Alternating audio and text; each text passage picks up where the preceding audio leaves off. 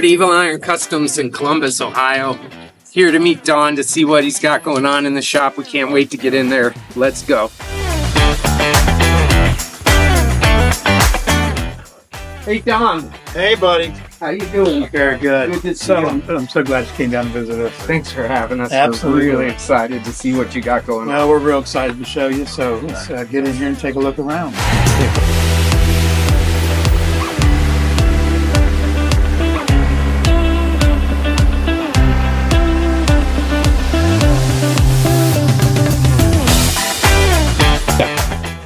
And this is our old showroom.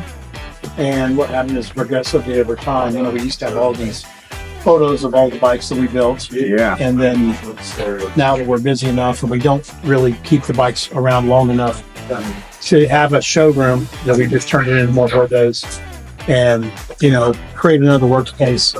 There's all these photos around the walls of the bikes we built over the years. Some of that. On every single wall. Everywhere around here.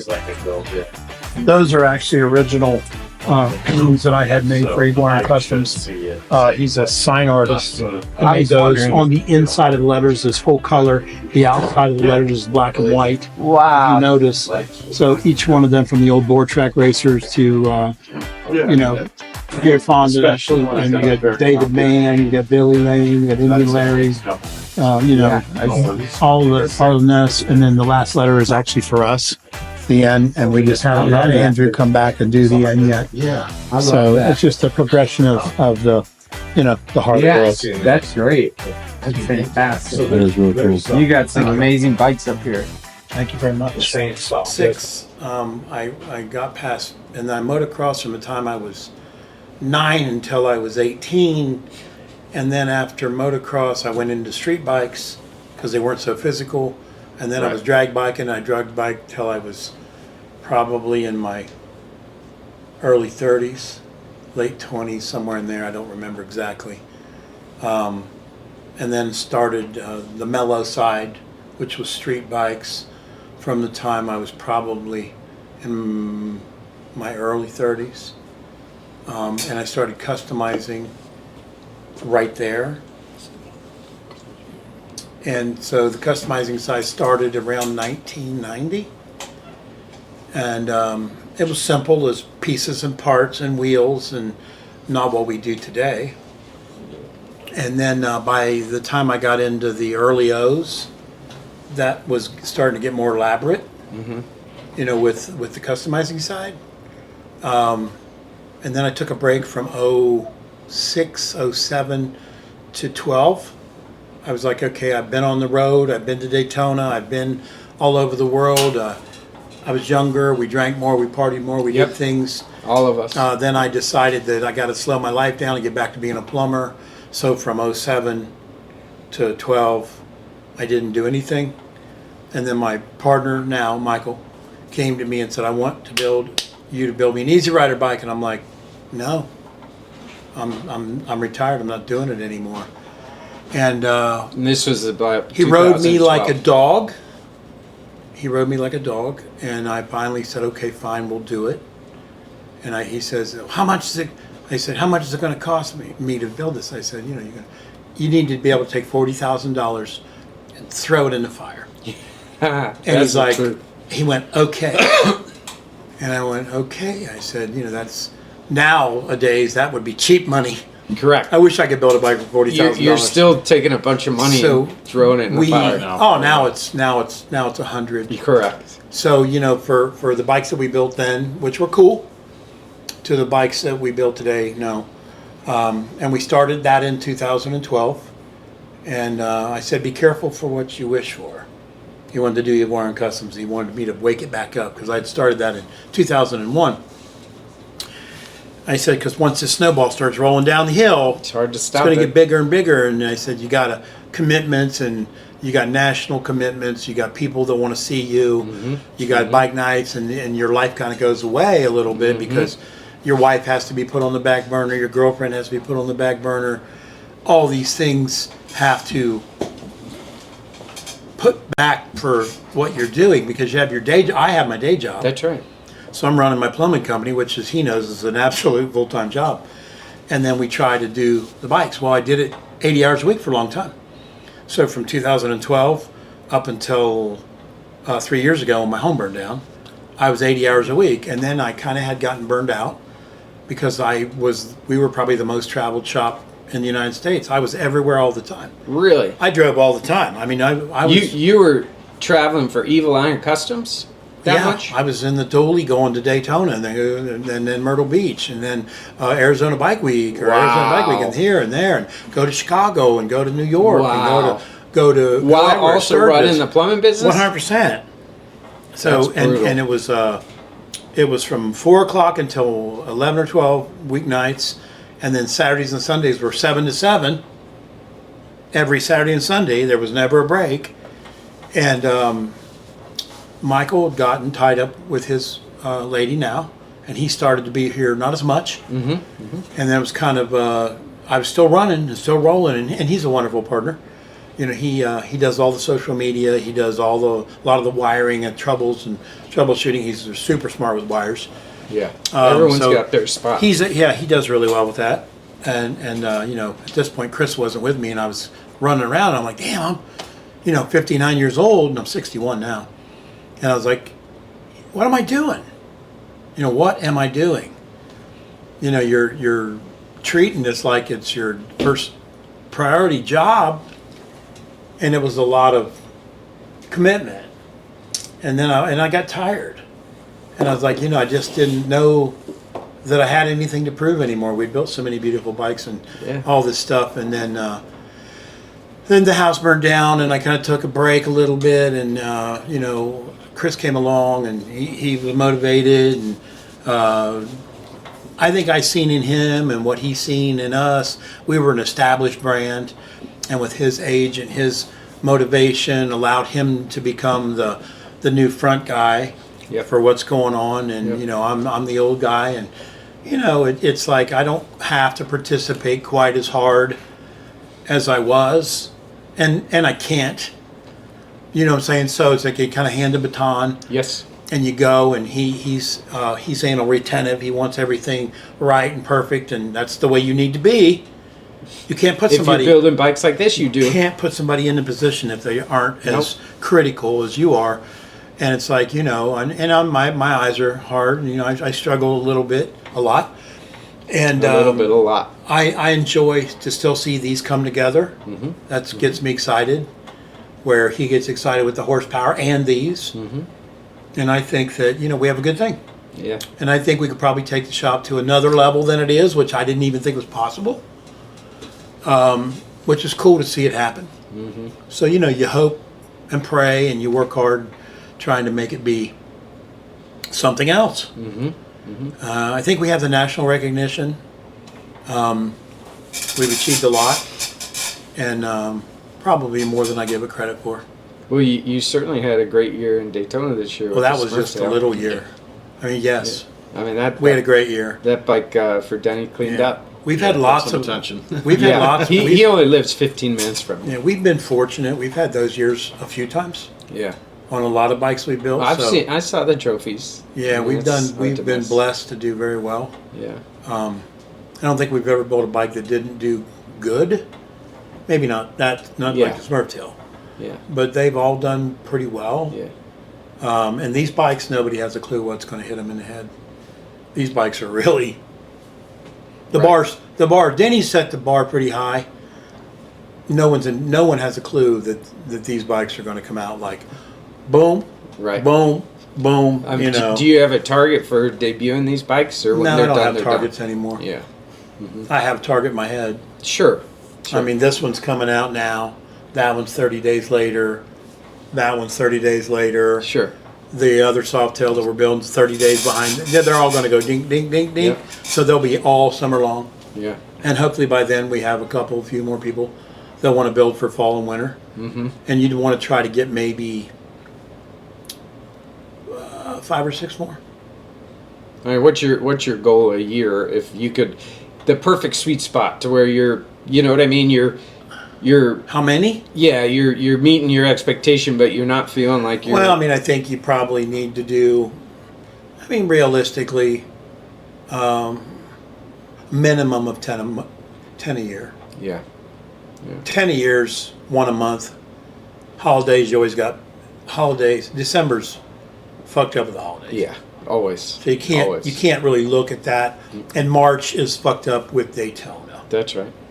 So you can't plan on getting a lot done in March because March is a mess. You could try. That's right. Now maybe with more staff and more help, you could rearrange where you had people in here working, but you're a week before Daytona getting ready, and you're all the week of Daytona there, and then you're a week recovering. That kind of hacks the month up. Yep. Well, and are you in Sturgis every year too? I was in Sturgis 20 years straight. I've had the last 3 years off because the house burned down, so I haven't been back. Mm-hmm. But yeah, 20 years straight. Yep. But at Christmas, December's, it's a hiccup. Yeah. Because of Thanksgiving and things are going on in the month with the family and Christmas itself and then New Year's. It's kind of I don't know. You get things done, but you don't get things done like you do the rest of the year. No.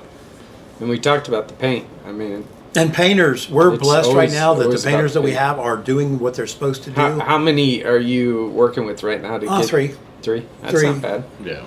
Three painters right now. I mean, and really four, because our local painter that paints the base coats, he's got to be in there too. Yeah. You know, he gets them all prepped and ready and primed and body worked, and he gets them ready, and then we ship them off to these guys. Yeah. Yeah, and he also does a lot of our day-to-day bikes. Yeah. You know, the stuff that we don't get out there and post, but an accident repair, you know, someone just wants to change up their bike with new paint. Still a very integral part of, hey, somebody needs a black repair, somebody needs a set of bags painted black. Yes. You got to have the that guy. everyday. So he is a very important part of what we do, just as important as the rest. Well, that's we were talking when I was coming in and had a brief tour. I had no idea that in addition to this, you guys were doing just daily, Yeah. 3-hole maintenance. I had a guy call me yesterday that wants we couldn't do the work because he wanted he has 2 subwoofers. He wants them replaced. He wants to do a new programmer. He wants big bike, audio bike. Yep. And he wanted it done. And I said, well, I'm more than willing to help you. I said, when do you want it back by? Tomorrow. And he said, I need it back by May 12th. Yeah. I said, we can't do your work. Right. Yeah. So he's So going to there's- Myrtle Beach. No. Oh, okay. He had a blessing of the bikes on the 12th. Oh, yes. Well, it doesn't matter. We're hypothetically going to Myrtle Beach, and there's no way we're doing it before that. Right. So I said, we can't touch it. Yeah. I just told him no.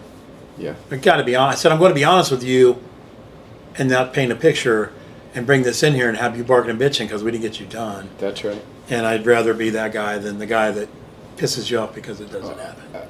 I'm a firm believer in under promising and over delivering. Yep. Right. Yeah. You never get anywhere, especially in any industry, but especially this industry. I mean, over promising and then having a bunch of disappointment. There's a lot of time that you spend making sure that who's involved with the bike isn't going to hang you. Because I say it's like a rat in a wheel. You're running in that gerbil's running in that wheel, man. Except the difference is he's got a noose on his neck, and that's us. We're running in that wheel, and the first person that doesn't follow through with what they're supposed to do, you trip and fall in that wheel, and you're. That's right. So you gotta try to keep everybody in the right huddle and trying to hit time frames that are realistic. Mm-hmm. No time frame. Anybody that comes in that door. No time frame is fixed. But you don't want to let it get completely out of hand. We used to build Softails in about 90 days Okay. and baggers in about 120, 140 days. And I think those are realistic time frames. That number has slid a little bit in the supply chain issues, painters, and you try to get it back in a little bit more. Because 6 months turns into 8 months really fast. Yeah. You can lose 30 days and go, oh, I just lost 30 days on that project because this, and this. And it's at some point, it gets frustrating for people. I got to ask, back in your early days when you were drag racing and you brought that up, were you doing that work yourself? And Yeah. we're talking about drag racing bikes or cars or both. No, bikes. And you were working on those bikes and building I them was out? working on them. I didn't do the motors. Yeah. We sent them out all over to motor shops. Yeah. Because those guys are very specific, as such as Chris is on the motors he builds. If you want a fast drag bike, you don't do it yourself. You pick the guy that's badass, that's building 7 and 8 second bikes, and you send him the motor. Yeah. Could we take cylinders off? Yeah, sure. Could we do chains and sprockets and wheels? Absolutely. Motocross, reed blocks, wheels, changing gear. Yeah, all that. So we're mechanical all the way. When it gets down to making them fast, no. Chris is. Yeah. I'm right. not. Right. No, I get it. When I look at them, do I understand what I'm seeing? Yes. Do I have the patience or the intricacies to build a racing motor? No. You got to have a whole group of people to build something like that or like that. Yes. Yeah. You got your welders, you got your painters, you got your body guys, you got your seat makers, you got your motor guys, all this fabricated parts. The exhaust on that bike is handmade. Mikey from CMP Okay. made the exhaust. He's out in Arizona. Mm-hmm. Put all those people together, you end up with something that's incredible. Well, It's never me. Right. Do I have an idea? Yeah. Did somebody make what I maybe concepted better? Absolutely, every time. So you always give those guys credit, because it's like, I can't do what Chris can do. I can't do what Mike can do. I can't do what Ron can do. I can't do what James Carter does. And by themselves, all of that is nothing. Right. You put it all together, and you turn out with something pretty cool. Right. Well, that was one of the reasons I wanted to get down here and meet you guys and talk, because you saw that on the Smurf Tale, and I can't remember what post it was, but we went through the list of everyone that had touched that bike. I try my best, and Chris does his best to I can't make remember sure 16 different companies, or Yeah. 12. you gotta give them their love, because these guys are stuck in a shop. Yeah. They working their ass off. Some of them are trying to get to Shane status. Mm-hmm. Now everybody knows Shane. Everybody calls Shane. Shane is the go-to. Shane is I guess I would use the phrase, made it. Right. Shane has made it. Right. Shane's AF. He's if you want your shit good, call Shane. That's right. Everyone knows that. He's incredible. Ron Paint. He's incredible. He's an OG. He's been painting a long, long time. SMT Wheel Company. They'll never let you down. They always come through. They never miss a date. You surround yourself with success, and you'll be successful. Quote of a lifetime.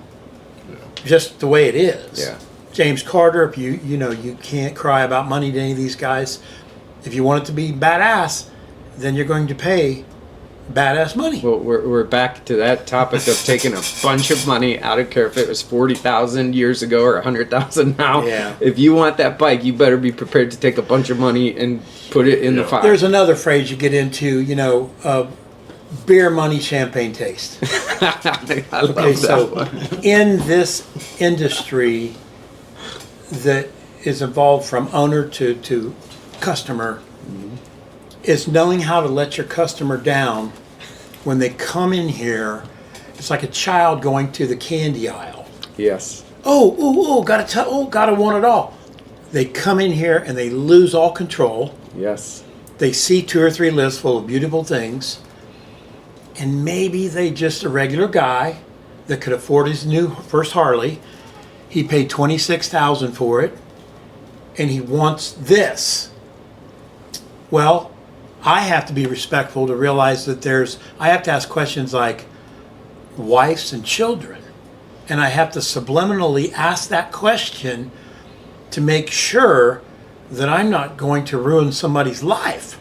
Yes. Now, is that crazy? No. I've learned that I have to be respectful to the family to now go fishing to find out whether or not this individual can afford to do what he thinks he wants to do. Right. And then I have to be able to pull the horns back and say, we can't do this project. Now, there have been a few that I've came out and literally said, I want to work for you, but you need to be able to afford this. Right. Right. Now, you can't just say that in so many words. That would be so offensive to tell somebody that you can't do this. That's got to be an art. Well, Yeah. it's an art. And but Not you know, good at it. sometimes you have No, to I wouldn't be good at that either. you have to go. You can't be greedy. You can't be saying, I don't care what you've got. I'm going to take your money to the bank and hurt you with it. Okay. Good for you. Fortunately, I have a plumbing business, and that's where I make my living. I would much rather build something for somebody that's disposable income, or that they know what they're getting into and they've had time to save their money and build a project that they can afford to build. Yeah. Good for you. And it makes them happier, and then we're going to overachieve and give them more than what they thought they were getting. That's the kind of customer that I want to build for. And I want to build for everybody. Yeah, right. But I want you to be comfortable at the end of the day to go, that was my last dollar. Oh, that's a bad thing. Well, that's not helping their family. It's not helping No, them. It's you not can't- helping you guys. Can't take That's food not, out of their kids' That's mouth. not a win for And I'm going to tell you right anybody. now, guys are just big dumb boys. I'm one of them. Yeah. I'm with you. I have spent too much money on a motorcycle too many times. Me too. So the reason I'm allowed to be a critic on my customers is because I'm just as dumb as they are. Yeah. You see that bike right over there? Yep. I do it every time. Yep. Okay, can I afford it? I can pay for it. Sure. Can I afford it? I don't know about that. Right. Right. It's certainly not a appreciating asset, right? Yeah. No, There is nothing no, appreciating and this about this. this is our business card. So when we get lucky enough to build one of these, it's our business card, and you want to build for people that, number one, are ready for it, Yep. and that are excited about it, Yep. you know, and that have the funds for it. And then you can go, okay, and then you got to see if you like their personality. Are they control freak? Do they have no clue what they're doing? There's a lot of ebb and flow in picking a customer. As much as they're picking us, we have to select them. Yes. Okay, and we don't build for everybody. You know, I'm not in the business of saying we got to pay the mortgage this month to get every dollar you can, use the junkest parts, and make more margin. That's not even ever been a thing here. Yeah. We build the best of the best with the best parts, no matter what they cost, with the best people, and that's why they look like this. So I think that makes us maybe a little different than most, not all. Well, I think what also makes you unique, though, is we can go right out that door and there's an oil change going on, Yeah. right? Yeah, I mean, Chris will tell you, let him go on that. that's unique. I mean, there's lots of custom bike builders that aren't doing day-to-day stuff, so you're hitting both sides of it. Yeah, and a lot of what I'm trying to do out there, you know, I do it with my own bikes, and I swap up things. I ride, I like to ride, like Me too. 500,000 mile days. How many? 500 to 1,000 mile yeah. days. I like to put in the miles. But Me too, I like riding. I like performance. So, you know, I'll swap out cams. How does this one ride? How does that one ride? Because not everybody can afford these, and maybe not everybody can afford, you know, the full-blown performance bagger, but a cam and an M8 is a world of difference. And being able to find the cam that fits someone else's riding style is it's important. It's funny because unless if you've never ridden a bike that's been cammed, you don't know. But in my opinion, right, the single best mod you could do, and you're going to do exhausts and stuff like that because you have to, but there's nothing like putting a cam in that bike Right. and finding the one that fits your riding style, right? Because there's so many different, and everybody wants to ride different, but like you said, switching them out and figuring them out, which is great because the average person doesn't have the resources to do that, right? No. We don't, there's so many out there, you don't know, but being able to get that perspective, I mean, having a cam that fits your riding style is, I think, the best modification you could do. Oh, absolutely. There's Especially on the M8s, you know. The M8s are phenomenal. On a twin cam, you used to put $15,000 into it to cross 110 horsepower. That's right. And on an M8, you're even in the 107, you're throwing a cam in, a nice tune, and you're 120.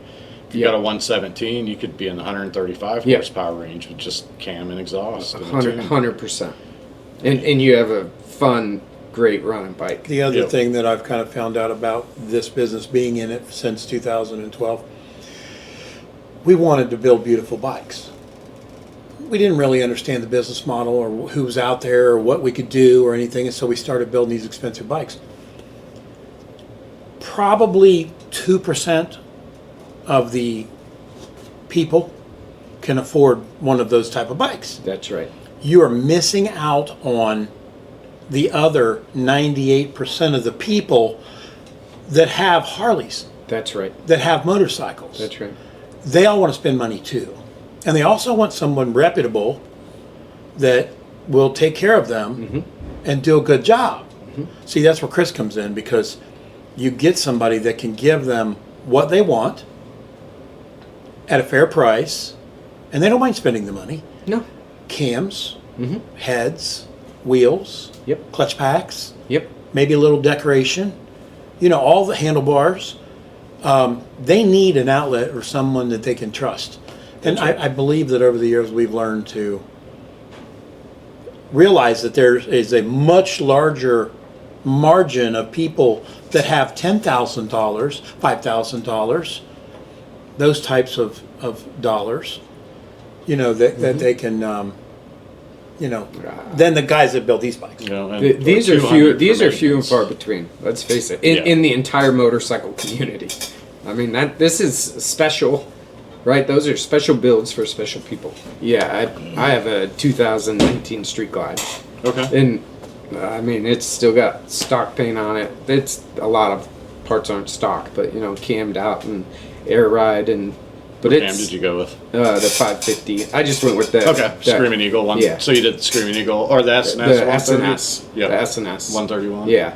Or But depending on when, it's the 132 now. it's still one of my favorite bikes. It's probably the cheapest bike I got out of all, and I'm building a performance bagger now. But I love riding that bike, Yeah. right? Because I don't have to worry about if I get rained on. I don't have to worry about where I keep it. I can run the it. You know what I mean? It's Yep. just, it's phenomenal. And to that point though, right? I don't have $60,000 in that bike. You know what I mean?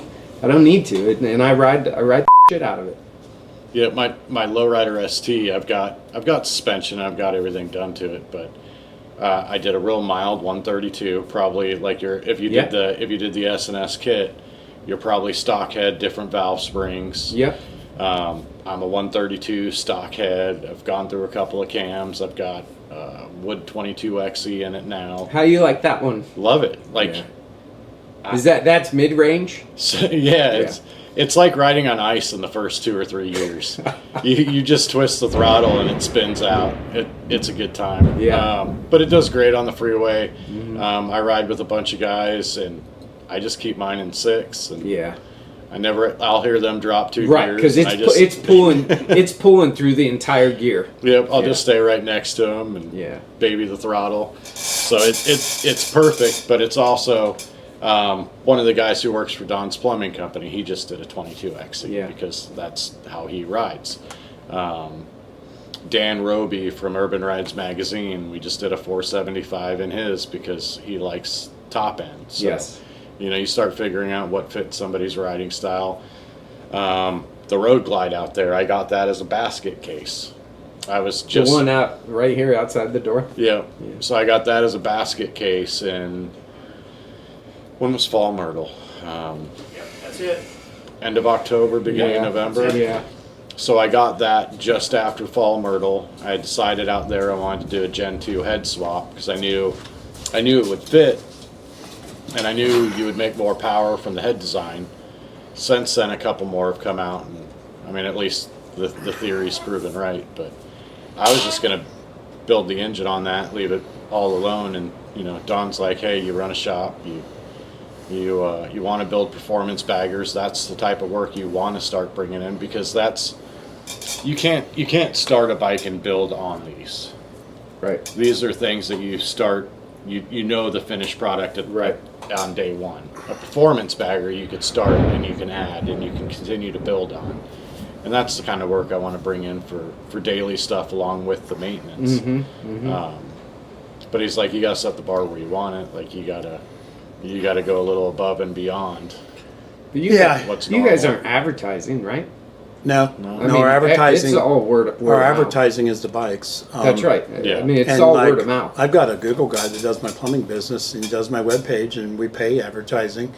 I don't think that business couldn't survive without it. Sure. It's a different type of business. So completely. You know, you're to the mercy of when someone goes to their phone and says, service plumber or la la la, and they're looking it up and they're going, or they're in the commercial industry and they're looking at the Blue Book or they're looking at one of the estimating right. companies and say, well, who in that town does this type of work? Well, you pay subscriptions to those, you know, Procore or whatever. So you go to all those and you have access to those people. But in the bike world, I solely believe that the amount of years that I spent on the road, going to every rally, the one thing that they knew was that Evil Iron was going to be in Daytona. Evil Iron was going to be at every rally. After a while, I realized it wasn't about winning shows. It was about making posts. And I post on my way out. I post while I'm there. I post on my way back. And when you're done with a rally, get on there and thank the people that maybe made that rally special for you. Because we had done that so well for so many years, when I said we were known nationally, I think that's kind of what created that. And then, and like when Chris gets into what he's doing, I didn't mean to create a monster when I told him he needed to jazz up his bike a little bit, you know, and got in his pocket. But it's like, you know, those famous last words. I think I probably, because of my personality, that I think everything needs to be shiny, you know. I don't think it hurts at the end that, you know, if you notice on these performance baggers, these guys have a super eccentric concepts of color and design. They're all loud. Oh yeah. They're all in your face. Oh yeah. They're neon yellow, they're purple, they're cool. They look fast, they look fun. And I think Chris needed to get that. He did. Oh, I have He no did really doubt. good with that. You know, his color combinations he picked were all his, and he did an amazing job. And, you know, now with all of the social media content that he's putting up, you know, with the videos of building the motors and the bike and all that, I think now people know of Chris, know of the bike, know of Evil Iron Customs, taking it to, again, another level, so that they're going to look for Chris when they go, because they either want to race him or they want to ask questions. And either way, And all is those good, work. okay? It's a good time Either either one way, is yeah. fine. Yeah, so I mean, it's fun, and I think, you know, he's created his own little media groove, and that's good for all of us. Yeah. I agree. So, you know, I think it's fun, and, you know, you guys will put us in a different position. To people that would have not ever seen us will say, well, who are those guys? Maybe. Maybe. And they'll come look at us, and they'll say, well, they're fun to look at. Because you know what? When you're on your phone every day, you enjoy something that's a little bit more lighthearted and a little bit funner Yeah. instead of all the dark stuff. Well, so that's a perfect segue into, you know, the charity and Customs Kicking Cancer. And we started, and the first time we were at Sturgis and we had a booth, and nobody wants to talk about cancer. I don't want to talk about cancer. And we would have 2 engagements a day. And serendipitously, we ended up having a bike by our tent that wasn't even our bike, but just out of overflow. It was a great looking bike, and all of a sudden all these people came up and wanted to start talking about this bike. And we started saying, well, it's not our bike, but I agree, it's beautiful. But by the way, we're a prostate cancer charity. Let's talk about your PSA levels. Our engagement went up like 100 people compared to 2 people. And we said, Yeah.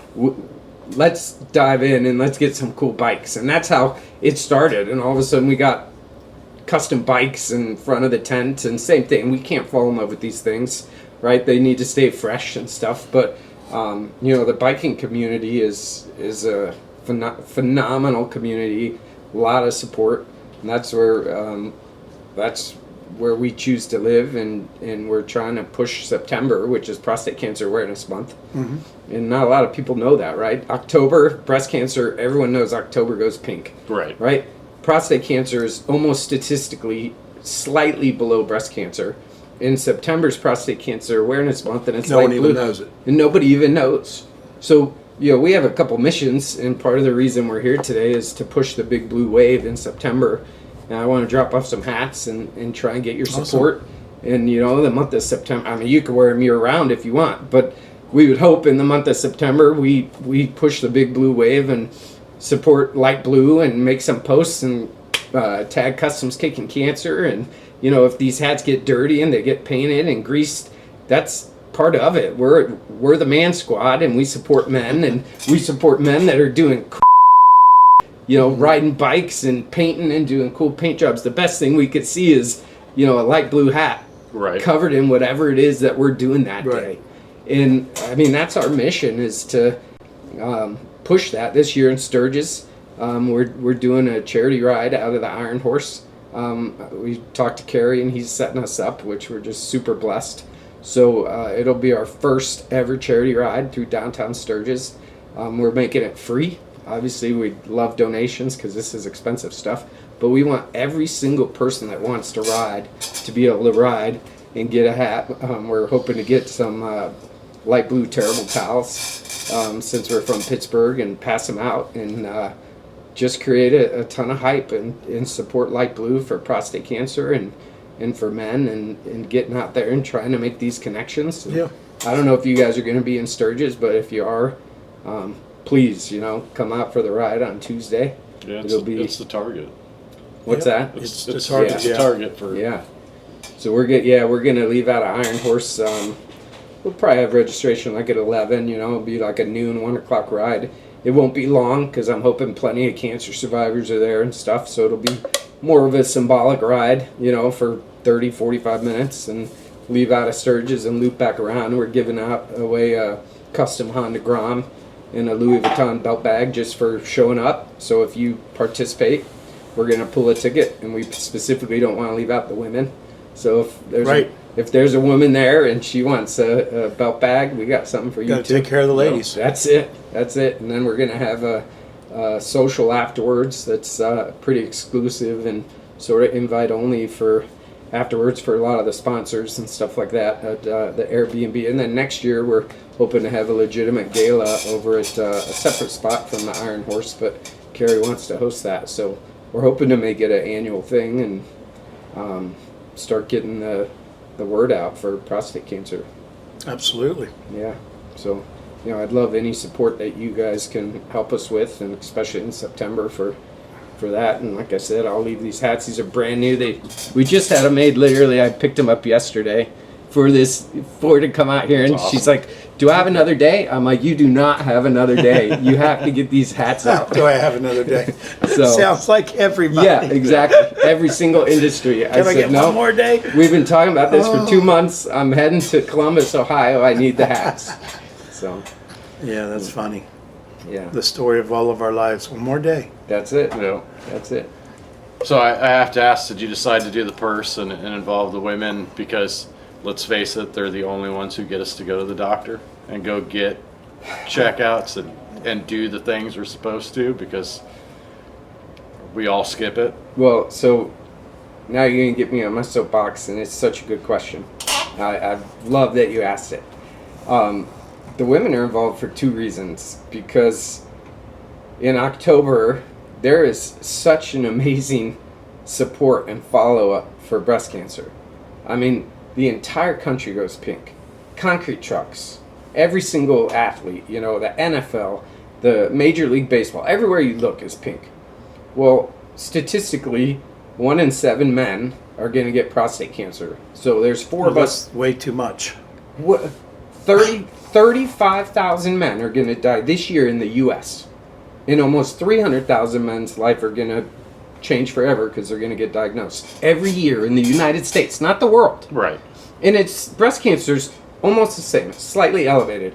But the difference between that movement in October versus September is unbelievable. And so back to your point, men don't talk about this stuff because, we've been trained that if you're sick or if you have prostate cancer, you're vulnerable, right? And you're weak. So we don't rally around each other like women do. Right. And that's the whole mission here. And to your point, so I wanted to include the women so that hopefully the women include us in September. So let's make this reciprocal, right? And two, to your point, we're not going to the doctor. We're not telling you when we're sick. And we're certainly not telling you if we feel weak. They're the only ones that are doing that because they're good at it. Yeah. And they force us to be there. And if the women want to be at that ride, and if the women want to learn about prostate cancer, they're the only ones that are going to get our asses into the hospital and make sure we're doing it yearly. Yep. And you are 100% right. Because if it's left to us, we're just going to sit here and wrench on bikes and drink and ride every day. We're not going to the doctor for an annual physical to get our prostate checked out. Yeah. And so you have to get them here because they're the only ones that are going to keep us healthy. So you're 100% right. The idea is to make them want to come as well, to educate the women, because if we educate the women, they'll force the men to go. Yep. Because we're too stubborn and we're too vulnerable, or we don't want to be vulnerable, and we're not going to do it on our own. It's the way it's been forever. I have to physically be broken to go. If I can work through it, I'm not broken enough. So Jess is the one who always moves me. And it's never going to change. It's going to be that way forever. My dad is 71. He's been fighting prostate cancer for 15 years.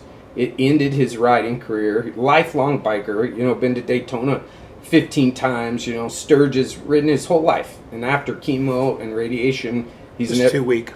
He can't hold up a bike again. So that we took his bike that was a 98 Springer Heritage. We built it out for him, and it's the showpiece for CKC now. It goes everywhere we go. It's in our trademark colors. But he's a Marine Corps vet. He never went to other than being in the Marine Corps when he was enlisted, when he went through boot camp, he hadn't been to the doctor till he was 58 years old. Now, he had VA benefits. He could have gone for free. That had nothing to do with it. We don't go to the doctors, right? We don't do that as men. The first time he went to the doctors was because he had, I can't remember, some weird pain, and his wife said, you need to go get this checked out. They went to check that out, and it ended up that he had prostate cancer. At 58 years old. It was the only time he went, and by that time it was stage 4. It was too late. Because it's all about early detection. So at that point, he had to have his prostate removed, which led into all kinds of other side effects that came back. So, I mean, we don't go to the doctors. It's part of the problem. Yeah. Yeah, I did start at 42. Perfect. I went at 42, and they said, you're beautiful. You're clean. Yep. And then I went again at 52. I think they said 10 years. Went again. And then I think I went again at 55. So I've been 3 times getting checked. Are you having your PSA levels checked? The blood? I go in and get everything checked. Yeah. Not just that, but they check all of it. Mm-hmm. The whole thing. So I go in about once a year. Yeah. Well, you should have your PSA levels checked. Once you're I'm going in 45. I'm going in for the HDLs and all that stuff, but they're checking. Correct. They're checking it all. Correct. But I go in every year. You should have your PSA levels checked every year, even if it's not rising, because that's the key, right? Is it's steady, steady, steady. And once you get prostate cancer, it's going to start spiking that PSA level, and you want to be able to know if it, because sometimes it's not about being elevated. You may run it at 4, and I may run it at 2. And you may run it at 6, and that's but okay. You need that history. Yeah, and that's okay if we ran that way for 6 years. But the moment I go from a 2 to a 4, that's an issue because now I have active cells growing. But if you don't have that baseline, you don't see the spike, right? Because you don't know that it went from 2 to 4 in 6 months. Yeah. And I mean, that's the key is getting that blood work done once a year early before it's a problem, so that you can catch it as soon as it spikes. But yeah, I go. Well, I go. I think every 6 months and get my blood checked. Oh, that's great. Yeah. Just for the other stuff. Yeah, right. Because I know I had 2 heart attacks, so yeah. I've got to. They take me in and check me whether I like it or not. That's right. They're looking. They want to know what's going on. That's right. And just every other year, once a year, tag on the PSA level. Yeah. Yeah. So I'm 45, and I now have to be proactive and go because if I wait for the video to come out, Jess will force me. So that's right. It's time. But I also didn't know that. Like I don't. Well, that's the I'm problem. your typical guy. I run until I'm broken. And Well, that's the problem. How do we know? run through it, yeah. If you're not going to the doctor every year, and even if you go to the doctor, you'd be amazed at how many people go to the doctor every year and they're still not having their PSA level checked. They're just checking your blood, right? Correct. But if the doctor doesn't add the script and specifically ask for the PSA, they're not running You know, that I'll test. ask and see if I'm getting that checked. I mean, I've went in for all that for when it's 42, 52, 55. Well, but I mean, since Are then, you confusing that with a colonoscopy, though?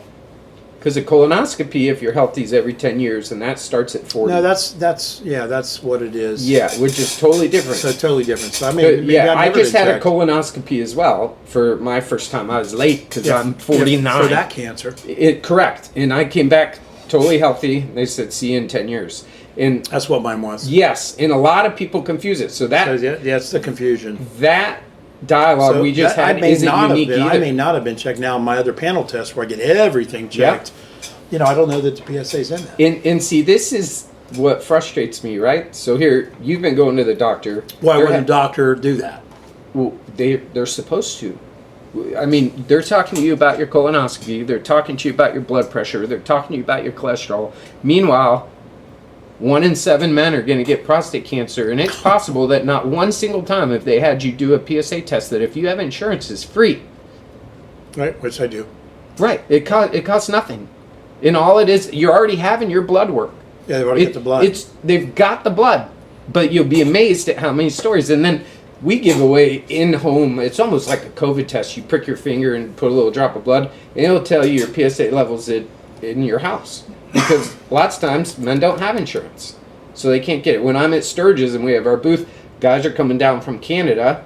They're socialized medicine, so even if they wanted to, because they have a family history, they won't test them till they're like 50, which is too late. So I give a ton of tests away to people from Canada because they want to get it tested early. I mean, Third generation. The slide that you put the blood on will tell you.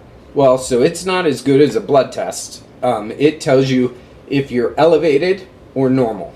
So if you're elevated, obviously you need to get to Go a to the doctor. doctor, right. But you know, those alone are almost $50. To get the really good ones are like $150 a piece. Mm-hmm.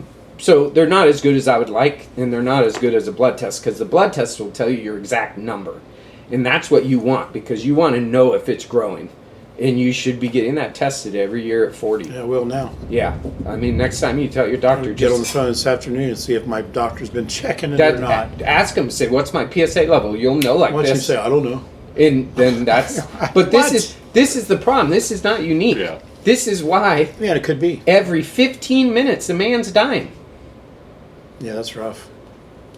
And I mean, right? September rolls around. Every single athlete out there is going to not be talking about prostate cancer, not be talking about light blue, which on a football field, about 25 of them are going to have prostate cancer in their lifetime. But then October 1st hits and they all got pink cleats on. Right. What are we missing? So Right, no doubt. that's why we're here. I appreciate the conversation. No, thank you for coming. Yeah, it was great. I'm gonna leave the hats for you. Hope you enjoyed yourself. Oh yeah, I love your shop. I love what you guys are doing. If you're in Sturgis, I'd love to see you guys out Absolutely. there. You know, Yeah. I think the goal will definitely be to make it, because you've got Sturgis. Everything should be done. It should be, yeah. that we're working on now. Unless it's new. I'm trying to finish up 2 quick maintenance. Well, one's maintenance, one's getting updated tins, all the one-touch Yeah. stuff. Trying to get those off the lift, finish stripping the soft tail, neck, everything fit. Ron's quick on paint. We've got colors, so engine can go out to powder coat, and then go back to finish wiring, total.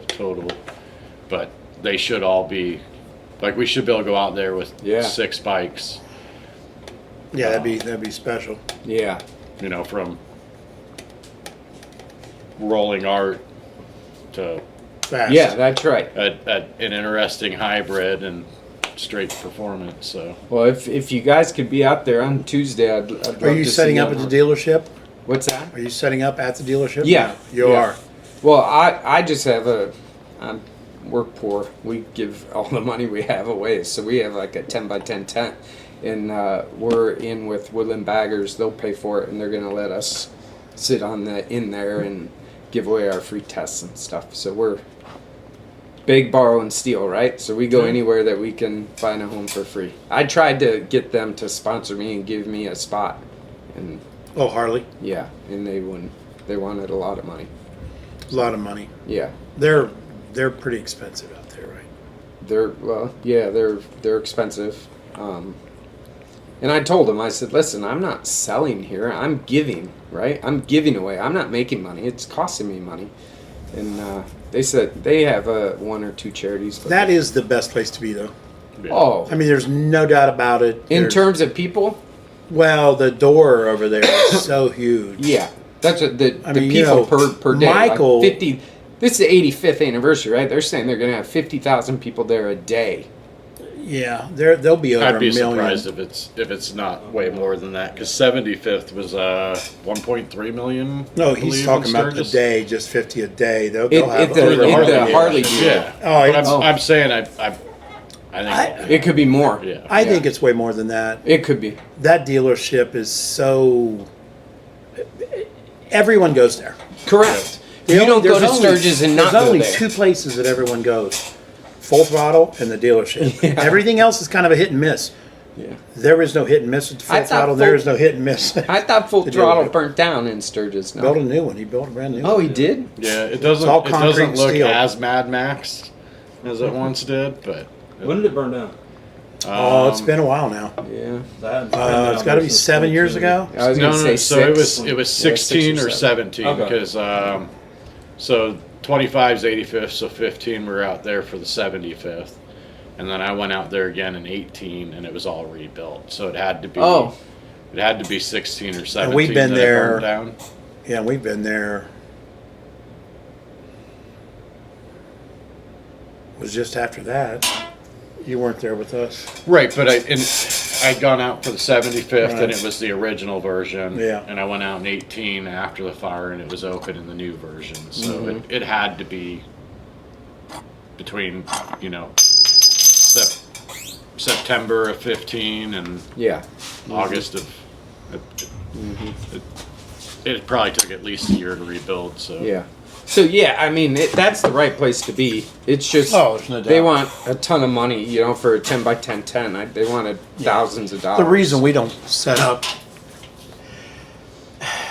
is you can't justify if you got a deck of 1,000 cards in your saddlebag or your tour pack or 50 cards in your pocket and you ride the bikes everywhere, you're going to see the people that matter because they're going to approach you, and they always do. I've learned that from years past. If you go and set up, you're absolutely captive, That's right. and they have to approach you. That's right. So there's a lot of time spent, and we don't make money there. So we don't sell anything. People don't go to the Full Throttle Saloon to buy a shirt from Eve Warren Customs. Yeah, that's They right. go there to buy a shirt from Michael, That's right. which is great. It's his deal. Yeah. But you're not going to offset your cost of thousands of dollars to go set up at Michael's place selling T-shirts. So therefore, you have the diesel, you have the rooms, you have the setup fee, all that money, and it's like you can very easily be out $15,000 or $20,000. Oh, I will. And it's like, I will can't- absolutely be out between $15,000 to You $20,000. cannot justify doing a or two rallies a year. Daytona's no different. Well, I do Daytona and Sturgis for the Yeah. charity every year, and I will absolutely. It's got to be $40,000 to $50,000. So you don't get to make that back now because we build bikes for people and sell bikes to people. If you're running around and you're downtown Sturgis and you're out in Deadwood and you're in all these places, they see you coming and going and coming and going, and then they make a point to find you and go boom, flip them a card, boom, and that's. I've sold multiple builds from being on the back of the bike. Oh, I'm certain. There's no doubt. And they like to see him rode. Yeah, Yeah. yeah. It's one thing for him to be sitting there because you know what's the first question he'll ask? The oddest question. Do you ride these? I get that all day, every day, and I'm like, no, we ride them. Well, When they see you riding them, it's like they get excited. Well, that's part of the vision of the charity ride is couple things, right? One, It's to push the big blue wave, right? And we're gonna give everybody hats and stuff just for showing up so that we can push light blue. And people are gonna say, why are they all on light blue? Well, that's real easy, right? Prostate cancer. But it's also to generate that type of hype, right? I mean, if we can get this thing to grow to where a lot of the community and the custom bikes, and to your point, people want to see those bikes, right? So if we get enough of those bikes in these rides, people want to see this ride, and people want to see it on social media, and they want to stand on the street and see it, because not only is it supporting prostate cancer, but there's some killer bikes in this ride, Yeah. right? So it's sort of a full circle of how to get If you ever get anybody that wants a prostate cancer bike, let me know. We'd love to build it. for sure, for sure. Sure, we could make it beautiful. Oh, there's no doubt, and believe me, I think we will eventually get there. But right, so now we're spreading awareness. We're getting a ride, hopefully generating some donations, and we're getting a place that we could show off some cool bikes that everybody wants to watch, which is full circle now because it's reinforcing the ride. Yep. Right. So, you know, Absolutely. hopefully we get a ride the following year in Daytona. And Where something. are you guys out of? Pittsburgh. Pittsburgh. South That's of right, you Pittsburgh. told me. Yeah, I live like 15 minutes from Denny. Okay. He's in Jefferson Hills. I'm in Peters Township. So, Yeah. yeah, we're not far. I got somebody here locally that might be interested in speaking with you. Oh, that'd be great. He's very much into this type of stuff. He's supported us for years, the Flickinger Law Group, yeah. and he loves to give back. Oh, So what I'll do is I'll hook you up with his number, and you give him a buzz because he's a good supporter of things. well, that's I mean, he's a really huge. his intentions are yeah, way up here. yeah. You know, Well, to where we- he might invite you to come over to some events set up That'd be great. beside his tent. Yep. There's some. They have a couple of events they do over the summer at the Harley dealership here in Columbus. Mm-hmm. Farrow's, the oldest dealership in the United States. Might be able to tie you into that. That would be huge. I mean, And they have a big turnout. Yeah. yeah. It'd be worth your trip over. And the management's really great over there. So I mean, they might just get you a spot just because. Yeah. But It's amazing how many, and I get it, right? There's got to be a million charities. Everyone's got their own cause. Everyone's asking for something for free, right? But it's really difficult. Most people aren't giving that spot up. It doesn't matter that you're a charity. You know, they only have so many spots for this event, right? And they need to sell the spots. So, Right. anytime we could get some sort of help like that, it's a huge Yeah. benefit. Doesn't hurt to ask. No, that's what listen. If you don't ask the answers, I guarantee you Always no. no, yeah. yeah. Yeah, I'm in there almost every day, so I can talk to Corey. Yeah. What do you think of that one, Coop? That'd be great.